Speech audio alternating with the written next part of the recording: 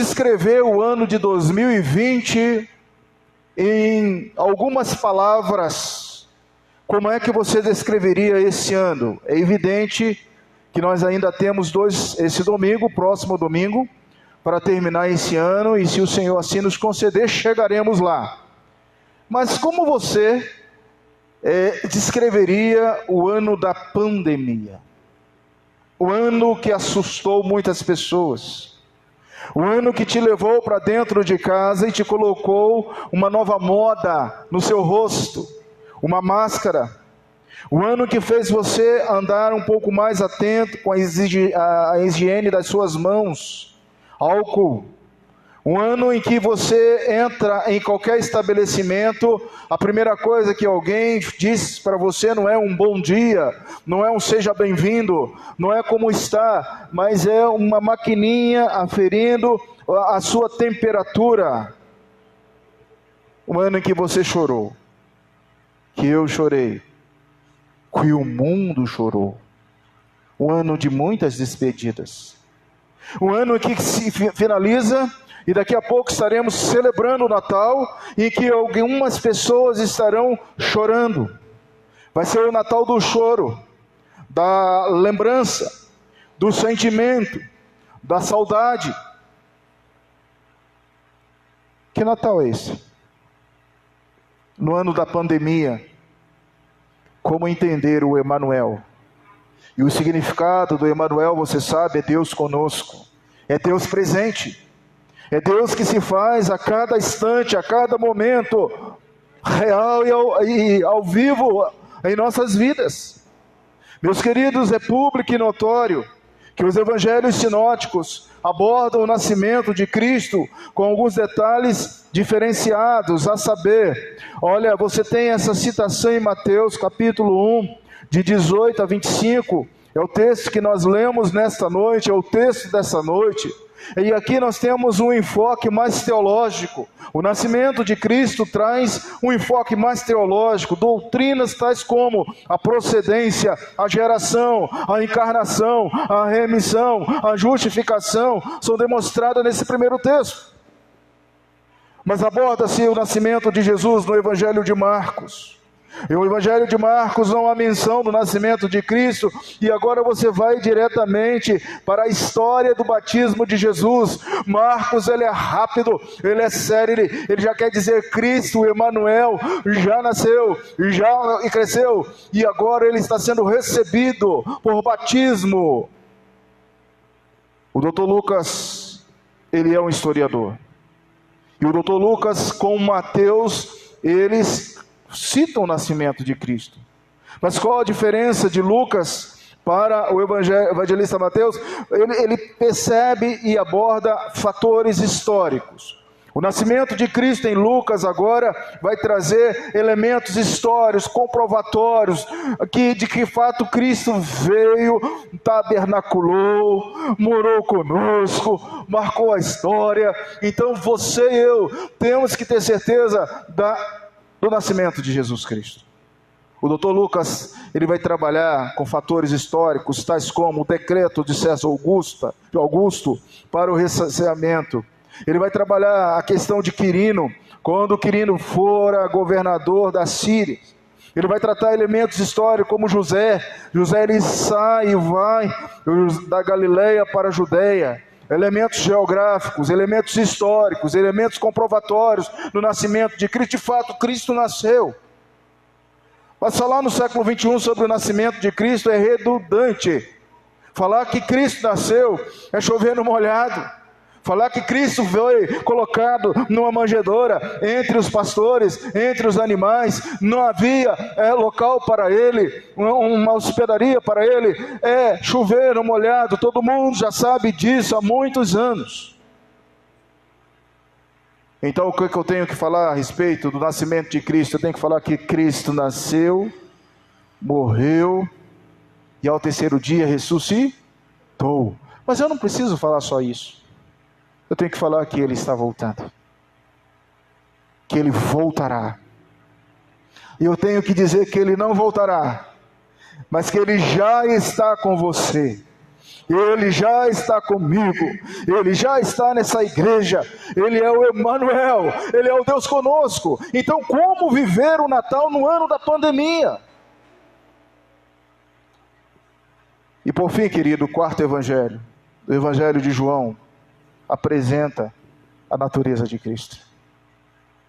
João ele vai tratar agora da natureza pura de Cristo, a máxima expressão da encarnação de Cristo, sendo a sua encarnação natureza divina e natureza humana. Os evangelhos sinóticos, mais o quarto evangelho abordando o nascimento de Cristo. Mas veja o contexto anterior aí. O contexto anterior está do versículo de número 1 ao versículo de número 17, por favor, olhe a sua Bíblia, é texto novo, é livro novo, é algo de hoje. Então, dentro desse contexto posterior, Mateus descreve dois assuntos. O primeiro assunto é a genealogia de Cristo. O segundo assunto é o que nós lemos, o nascimento de Cristo, e fecha o primeiro capítulo. O primeiro assunto, que transcreve a genealogia de Jesus, nos remete à linhagem de Jesus, à história de Jesus, nos remete à tua história. Vamos começar, queridos, a construir uma ponte a respeito para esse Natal desse ano. O Natal no ano da pandemia. Eu gostaria de desafiar você a relembrar sua história. Da onde você veio? Qual a sua cidade? Qual o seu histórico? Seus bisavós, seus avós, seus pais? Como era a história do seu pai? Como era a história da sua mãe? Como é a sua linhagem? Você é italiano, você é português, você é africano, você veio do tronco dos índios. Você é da onde? Qual a sua raiz? Qual a sua história? Um povo sem história é um povo fadado à morte, ao esquecimento. Um povo sem história é um povo que vai na ceia do dia 25 assentar naturalmente. Imagine aquela mesa, você e alguns da sua casa, porque não poderá ser todos esse ano, tem que ser bem restritivo, e você então vai sentar à mesa e você vai lembrar dos seus antepassados, das histórias. Talvez você vai dar até um sorriso amarelo e vai lembrar, nesse tempo era assim. Era assim. Jesus teve uma história. Jesus teve a divisão da sua história em 3 de 14. 3 vezes 14, essa é a divisão da história de Jesus. Se você lê esse bloco da genealogia de Jesus, você vai ver que desde Abraão até Davi foram 14 gerações. De Davi até o exílio da Babilônia, mais 14 gerações. E desde o exílio da Babilônia até Cristo, mais 14 gerações. Foram contando de 14, 14, 14, até que chegasse e nascesse Jesus Cristo. Mas o meu objetivo nessa noite, meu irmão, o meu resumo nessa noite, se você entender isso, você vai sair daqui preparada, e o meu desejo é que você esteja preparada para esse Natal. Um Natal atípico. O meu resumo é: Emanuel se faz presente. Querem falar baixinho? Quer escrever aí no boletim? Resumo: Emanuel se faz presente. A exposição desses versículos 18 a 25 aborda a história contada aqui do nascimento de Jesus, de uma forma teológica, de uma forma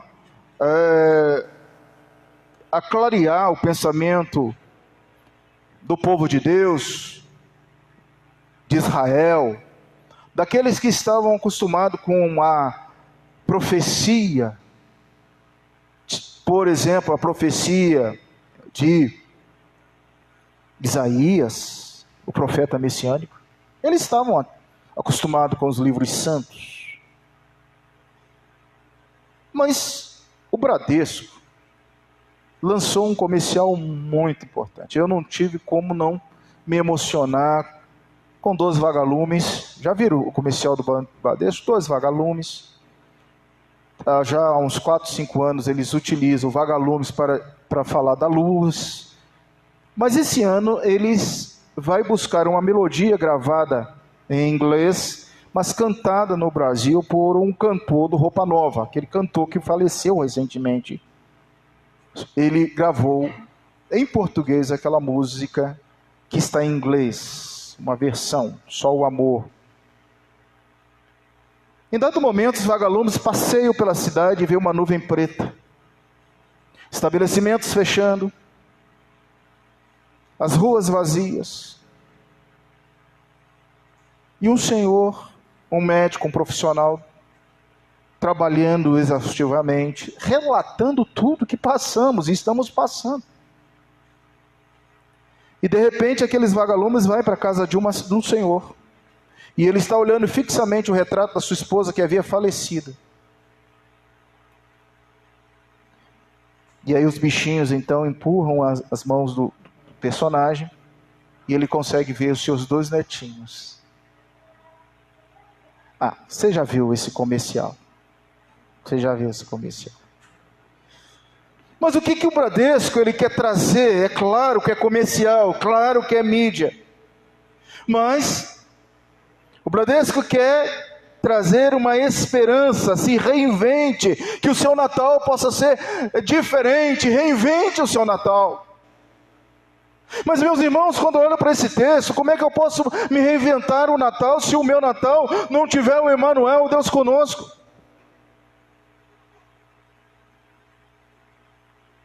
Como? O verso 18, veja aí o verso 18. Ele começa com uma interjeição, ora, porém, todavia, ora, porém. São formas conclusivas que vão apresentar fatos reais. Leia o versículo 18. Como José e Maria, fatos reais. Havia entre eles uma aliança de casamento, um comprometimento, um despojamento. Porém algo estava errado, algo estava fora do eixo.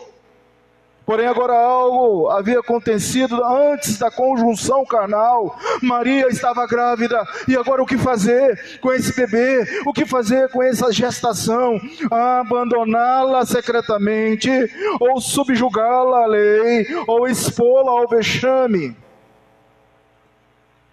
Versículo 19, veja. Qualidades e perfil de um homem sério, de um homem que tem valor, que tem princípio. E o 19 diz, o noivo José era um homem dícaos. Dícaos lembra a palavra de domingo passado, a justiça pela justiça, um homem justo diante de Deus. Dica não significa tomar decisões para agradar a Deus em primeiro lugar, tomar decisões para confirmar a fé, não envergonhar o Evangelho. José, diz aí, seu esposo era justo e não querendo infamar, resolveu deixá-la secretamente. Secretamente. Decisões para não expô-la publicamente. Ele deseja secretamente repudiá-la, deixá-la. Ele resolve isso. Mas, veja o versículo 20. Enquanto ponderava nestas coisas, pensavam. Eu posso pensar, José, agora o que aconteceu com a minha noiva, o que aconteceu com o meu relacionamento, uma gravidez indesejada, eu não fiz nada, não tive conjunção carnal. Porém, o versículo 20, ao ter cogitado, ter pensado tal atitude, em deixá-la, em repudiá-la, em sonho aparece um anjo do Senhor e esclarece a José o que havia acontecido era procedente do Espírito Santo. José, você não entende. Você não compreende agora. Nem a humanidade compreende. Mas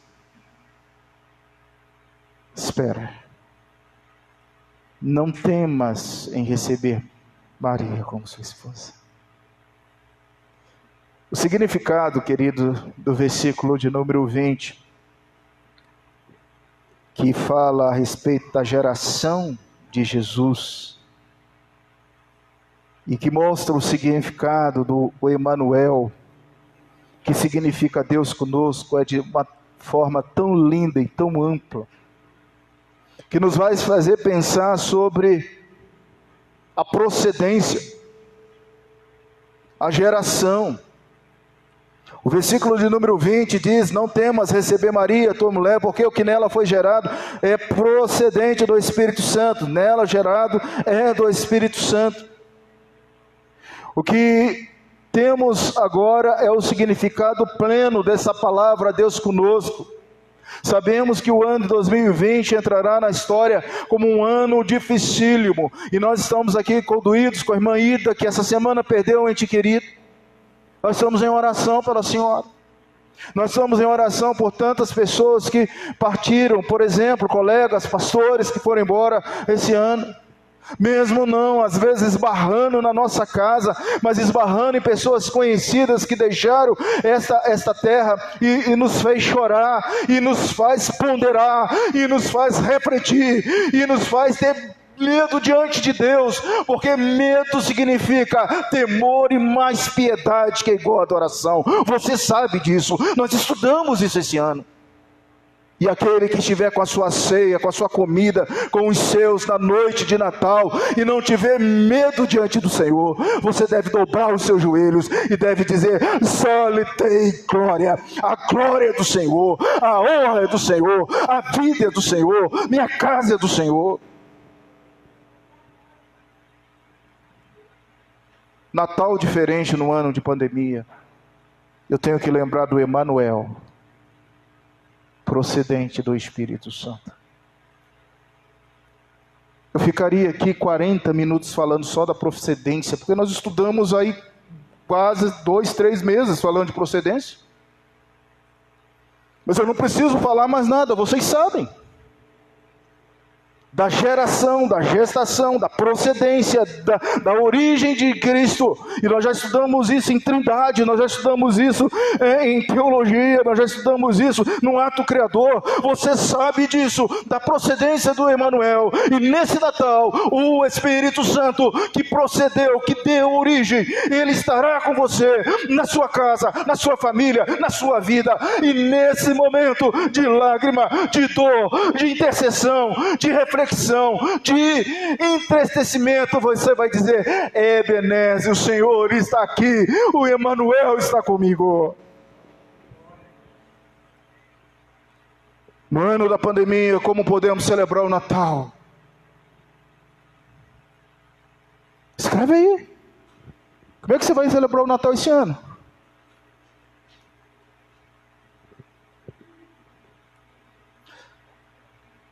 Não sei, pastor. Não sei.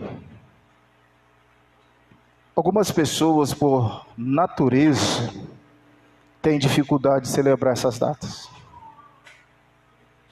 Deixa eu confessar algo para vocês, minhas ovelhas queridas, a respeito do vosso pastor. Eu sempre tive muitas dificuldades de celebrar o Natal. Muitas dificuldades. E por que eu sempre tive dificuldade? Porque depois que a gente perde o pai, perde a mãe,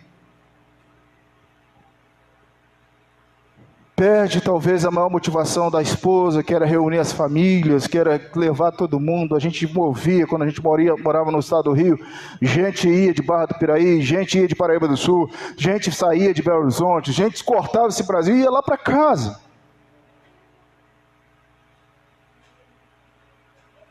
Pois que o Senhor foi levando. Essa motivação de congraçamento, de festa, de reunião, foi perdendo o significado. E perdendo. Mas louvado seja Deus, porque o Natal não é isso. Quem acha que Natal é comida, é comilança, presentes, é muita gente, é falatório, está perdendo o real significado do nascimento daquele que é o Emanuel, que diz que está conosco. Ele está conosco, ele é o Emanuel, que é o que? A expressão máxima da gratidão. Então, para mim agora, celebrar o Natal, e a minha sugestão para você, como você deve celebrar o Natal esse ano, comece com um tempo de reflexão, de meditação, de contentamento. Sente quieto, pense naquilo que Deus fez por você durante esse ano, naquilo que Deus fez pela sua casa, pela sua vida. Fique quieto, fica contemplativo, meditativo. Você pode fazer isso. Em segundo lugar, agradeça a Deus pela vida do Emanuel. Não é pela sua vida não, agradeça a Deus pela vida do Deus conosco. Ele está ali com você.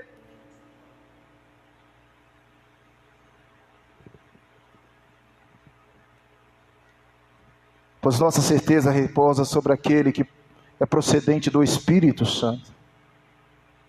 Quando a gente diz que o Deus conosco, o Emanuel, o aniversariante, Jesus Cristo, é procedente do Espírito Santo, nós estamos falando assim, Ele tem todo o conforto e o consolo em suas mãos, porque a finalidade do Espírito Santo é ser paráclito, estar ao lado, é estar nos fortalecendo, é estar nos confortando, é estar nos enxugando as lágrimas. Esse ano nós vamos ter momentos de lágrimas, tenho certeza. Como é que você vai preparar o seu Natal esse ano? Em segundo lugar, o Emanuel, porque ele salvará o seu povo dos pecados. Veja o versículo 21, ela dará à luz um filho e implorarás o nome de Jesus, porque ele salvará o seu povo dos pecados deles. O versículo 21, meus amados, o nome precioso é o nome de Jesus. A finalidade desse nome é salvar o seu povo do pecado. O propósito do nascimento de Emanuel foi apresentado de forma clara, seu Salvador. Isso implica de uma missão sublime, de caráter de remissão, de pacto firmado com Adão, que agora fora quebrada, e a ira de Deus se instaura dos seus descendentes. Somente o seu unigênito Filho poderia resgatar um povo condenado à destruição da glória de Deus. Deus conosco, Emanuel, continua salvando o seu povo. Este ano, o Senhor salvou muitos, e está salvando muitos até agora. Você percebe que o Natal tem um brilho especial? Você consegue imaginar a sua família como um projeto de Deus, que deve ser colocado aos pés de Emanuel? Você consegue entender como é bom ser grato a Deus que te protegeu, que te libertou, que te preservou? Você consegue agradecer ao Senhor porque Ele renovou a sua esperança, que Ele está renovando agora a esperança da humanidade através das vacinas que estão aí? Você consegue subestabelecer que Jesus nasceu para ser o libertador do seu povo e perdoador dos nossos pecados? Então, o Emanuel, ele salva o seu povo e redime os seus eleitos e seus escolhidos. E em terceiro e último lugar, querido, o Emanuel, ele veio cumprir as profecias, 22 a 25. Ora, tudo isso aconteceu para que se cumprisse o que fora dito pelo Senhor por intermédio do profeta: eis que a virgem conceberá e dará à luz um filho, e ele será chamado pelo nome de... que quer dizer? Despertado do sono, fez como lhe ordenara o Senhor, o anjo do Senhor, e recebeu a sua mulher, e contudo não conheceu, enquanto ela não deu à luz a um filho, a quem pôs o nome de Jesus. Verso 22, nascimento de Jesus Cristo é apresentado de uma forma messiânica. Está repetido literalmente em Isaías 7, de 1 a 16. Anote e leia em casa, cumprimento da profecia, Isaías 7, de 1 a 16. Esta foi uma profecia que se cumpriu literalmente. O verso 23, o verso é uma confirmação literal do texto veterotestamentário de Isaías, capítulo 7, 14. Literalmente aconteceu como o profeta tinha dito: portanto o Senhor mesmo vos dará um sinal, eis que a virgem conceberá e dará à luz um filho, e chamará de Emanuel, destacado ser o fato da sua progenitura ser virgem. O nome da criança, Immanuel ou Emanuel, significa Deus conosco. O 24 ao 25, postura de José. José acata a orientação do anjo e não se aparta da mãe de Jesus, não abandona aquela senhora agraciada. Assim como Isaías, o profeta messiânico, profetizou a respeito do nascimento de Cristo. A palavra diz que ele voltará, a Bíblia diz que passarão os céus e a terra, mas as suas palavras não passarão. No ano da pandemia, nosso olhar deve ser de esperança. O seu olhar deve ser de esperança, pois Cristo voltará muito em breve. Ele está voltando, e esse é o próximo passo a se cumprir das Escrituras. Ele voltará. Você crê nisso? O breve catecismo, queridos, na pergunta 22, trabalha sobre o que Cristo, sendo Filho de Deus, fez por nós homens. E lá nós lemos: Cristo, Filho de Deus, fez homem, tornando o verdadeiro corpo em uma alma racional. O Verbo se fez carne e habitou entre nós, cheio de graça e de verdade, e vimos a sua glória como a glória do unigênito Pai. Hebreus 12:14, visto que pois os filhos têm participação comum na carne e sangue, desse também eles igualmente participou, para que sua morte destruísse aqueles que têm o poder da morte, a saber, o diabo. E Mateus 26:33, então lhe disse: a minha alma está profundamente triste até a morte, ficai aqui e vigiai comigo. O Emanuel, em benefício do ser humano, ele se torna corpo e alma. Ele não foi um fantasma. Jesus veio realmente. Teve sede, teve fome, precisou de amigos, foi morto numa cruz, saiu sangue, saiu água. Agora, será por que até hoje muitas pessoas ainda não creem, não acreditam, e mais creem da sua segunda volta? Como Cristo, sendo Filho de Deus, se fez homem, sendo concebido pelo poder do Espírito Santo no ventre da Virgem Maria e nascido dela. A concepção do Emanuel, a luz em que a Maria ela dá de seu filho, chamado pelo nome de Jesus, responde agora a todos os anseios e vai justificar a justiça de Deus plenamente. Gálatas capítulo 4:4 diz: vindo porém a plenitude dos tempos, Deus enviou seu filho, nascido de mulher, nascido sob a lei, debaixo da lei.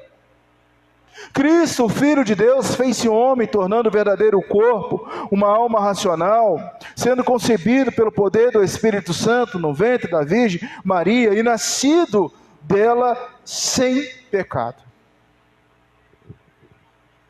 Somente Cristo poderia cumprir o projeto original de Deus. Cristo, o segundo Adão. Hebreus capítulo 4:15 diz: porque não temos sumo sacerdote que não possa compadecer-se de nós, nas nossas fraquezas. Antes foi ele tentado em todas as coisas, as nossas semelhanças, mas sem pecado. E o versículo 26 do 7 diz: com efeito, nós convíamos um sumo sacerdote, assim como este santo, inculpável, sem mácula, separado dos pecados, feito mais alto do que os céus. Muito bem, queridos, nessa noite você viu o tema Emanuel. Emanuel, Deus conosco.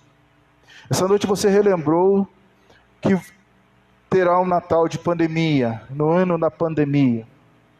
Nessa noite você viu que o Emanuel foi gerado pelo Espírito Santo. E se ele foi gerado pelo Espírito Santo, busque consolo nele. Nessa noite você viu que ele salvará o seu povo dos pecados. E aí mais uma vez a gente invoca o pensamento puritano, um olhar nessa vida que nós estamos passando, e um outro olhar na glória de Deus. Somos peregrinos, nós estamos a caminho, nós estamos viajando, nós estamos marchando, nós estamos indo ao encontro do Pai, ao encontro do Senhor. E por fim, a Bíblia é verdade, ela é regra de fé e prática. Se a Bíblia diz, ela há de cumprir. E agora o que eu tenho que dizer é que Jesus está voltando. Ele voltará. Ele está chegando. O que esta passagem te ensinou nessa noite? O que podemos levar de forma conclusória. A primeira coisa que você pode levar de forma conclusória é a procedência do Emanuel. Ele é santo. E se ele é santo, ele precisa ser cultuado, adorado, temido, crido, pregado entre as nações, anunciado entre todos. Em segundo lugar, ele está salvando agora. Ele está salvando você. Ele está salvando essa igreja. Ele está salvando a humanidade. Ele quer salvar. Pense agora em uma pessoa que você ama muito e que está precisando do Senhor Jesus Cristo. Você pode olhar para Cristo e orar a Cristo e pedir: Senhor, salve o meu irmão, salva minha irmã, salva meu pai, salva minha mãe, salva, Senhor. Ele salva o seu povo. Senhor, se é o teu eleito escolhido, salve, Senhor. E em terceiro lugar, o que esse texto nos ensina a respeito do Emanuel? A Bíblia é a palavra do Senhor e ela se cumpre a cada dia, a cada momento, a cada segundo. Eu não sei em quem você tem crido ultimamente. Eu não sei. Mas eu gostaria que você pudesse acreditar a sua crença, o seu coração, na palavra do Senhor. Mas eu não posso sair daqui sem pensar no meu Natal desse ano. Como você vai celebrar o seu Natal? Essa é a pergunta que eu gostaria que você saísse daqui pensando. Ainda que você não queira celebrar o Natal, ainda que você tenha dificuldade em celebrar o Natal, como você vai celebrar o Natal esse ano? Como? O Emanuel está presente. O aniversariante se faz presente. E nós queremos dizer que o aniversariante não é um velho de barba branca, de roupa vermelha, marketing da Coca-Cola, que em vez de ele não, um saco de presente que desce no chaminé. Às vezes o lúdico das crianças, elas acreditam nisso.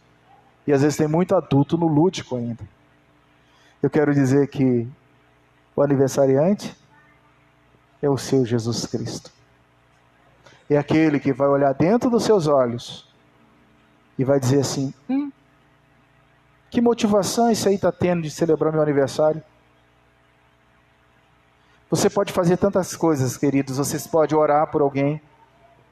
Você pode doar algo no seu tempo. Você pode até mesmo ofertar alguma coisa para quem não tem nada. Você pode fazer um Natal diferente, com o Emanuel ao seu lado. Mas como você vai celebrar o Natal no ano da pandemia? Responde para você. Que Deus nos abençoe. Amém?